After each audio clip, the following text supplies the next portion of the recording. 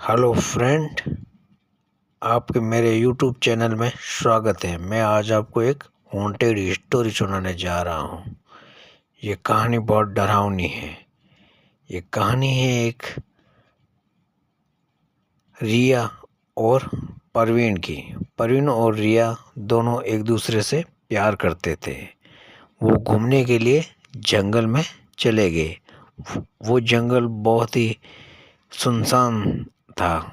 वहाँ कोई दूर दूर दिखाई नहीं दे रहा था। वहाँ कांटेली और जहरीले जीव और झाड़ियाँ थी। वो घूमते घूमते उन्हें शाम हो गई। रात को उन्होंने सोचा कि हम कहीं विश्राम करें, पर वहाँ दूर दूर तक कुछ नहीं दिखाई दे रहा था, ना इंसान और ना कहीं रहने की जगह। आखिर में परवीन को एक घर दिखा। रिया को से बोला कि रिया, चलो हम दोनों उस घर में रुकते हैं। पर वो जब दोनों ही वहाँ उस घर के नज़दीक गए तो वो एक डरावना सा माहौल था। रिया ने कहा, परवीन, मुझे यहाँ बहुत डर लगता है, हम कहीं दूर चलते हैं। परवीन ने कहा, देखो रिया, इस सुनसान जंगल में दूर दूर तक कुछ दिखाई नहीं देता। हम भटकते भटकते कहाँ तक जाएंगे। मेरी मानो, कुछ डर नहीं है, तुम मेरे साथ हो ना।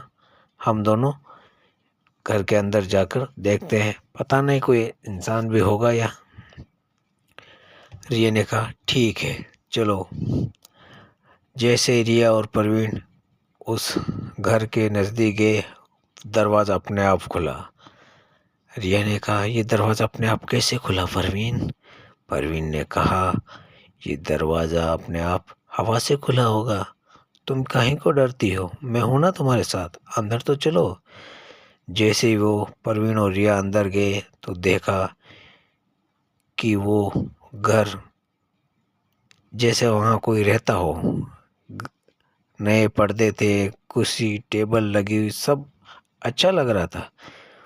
परवीन ने कहा, रिया, तुम खुद भी डरती हो और मुझे भी डरा रही हो। देखो, यहाँ तो कोई रहता है, आवाज़ लगाओ। सुनो, यहाँ कोई है। दो चार बार आवाज़ लगाई परवीन ने, पर कोई नहीं बोला। तो रिया ने कहा, यहाँ तो कोई नहीं है। परवीन ने कहा, तुम डरती क्यों हो? ऐसा लगता है कोई वहाँ बाहर गया होगा कुछ सामान लाने। यहाँ जंगल में क्या मिलता है कि गया होगा शेर सामान लाने के लिए जब तक हम रुकते हैं। इतने में एक आवाज़ आई, खटखटाने की। एक दरवाज़ा खुला ऊपर कमरे में। वो दोनों भाग के वहाँ गए तो देखा कोई नहीं। एक कुर्सी थी, वो हिल रही थी। ऐसा लग रहा था कि यहाँ पहले कोई बैठा था। उन्होंने परवीन ने कहा कि रिया, वो देखो, वहाँ पर कोई डायरी सी है। रिया ने कहा, ये कुर्सी क्यों हिल रही है परवीन? परवीन को भी डर लग रहा था, पर उसने कहा, रिया डर जाइए। उसने कहा, ये कहीं हवा से हिल रही है।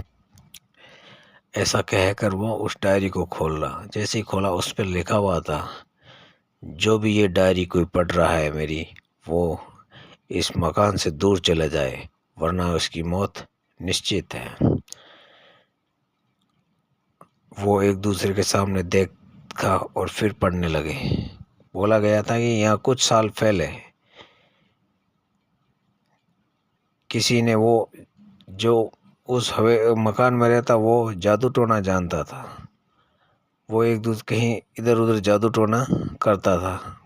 वहाँ के पास के गांव वालों ने डर के मारे कि हमारे बच्चों को ऐसा वैसा कुछ जादू टोना कर देगा, डर के मारे उसे लाठियों से पीट पीट कर उसी के मकान में मार देता। तभी वो जो भी कोई आता वहीं वहाँ मार देता, क्योंकि वो एक शापित घर हो चुका था। ये सुनते ही उन्होंने कान उस डायरी को वहीं रखा और भागने लगे। देखा तो पूरा मकान खंडर था। जैसे ही वे सीढ़ियाँ उतरे, पूरा मकान खंडर रहा था। वो भागने की कोशिश कर रहे थे, पर दरवाज़ा बंद हो गया। पर परवीन और रिया के गले में ताबीज था। इधर उधर भागने की कोशिश में परवीन का ताबीज टूटकर वहां गिर गया और वो एक अलमारी तोड़ने की कोशिश करी और उसने तोड़कर वहां से निकल ही रहे थे कि परवीन को वहां उसने पकड़कर उठाकर फेंक दिया और वो परवीन के सिर पर लगने से वहीं मौत हो गई। रिया के गले में ताबीज था, इसलिए रिया का वो कुछ नहीं कर सका और रिया वहाँ से भाग निकली और उसके बाद में वहाँ कोई भी सापित घर के नज़दीक कोई नहीं आता था और ये बात सबको सुनाती थी।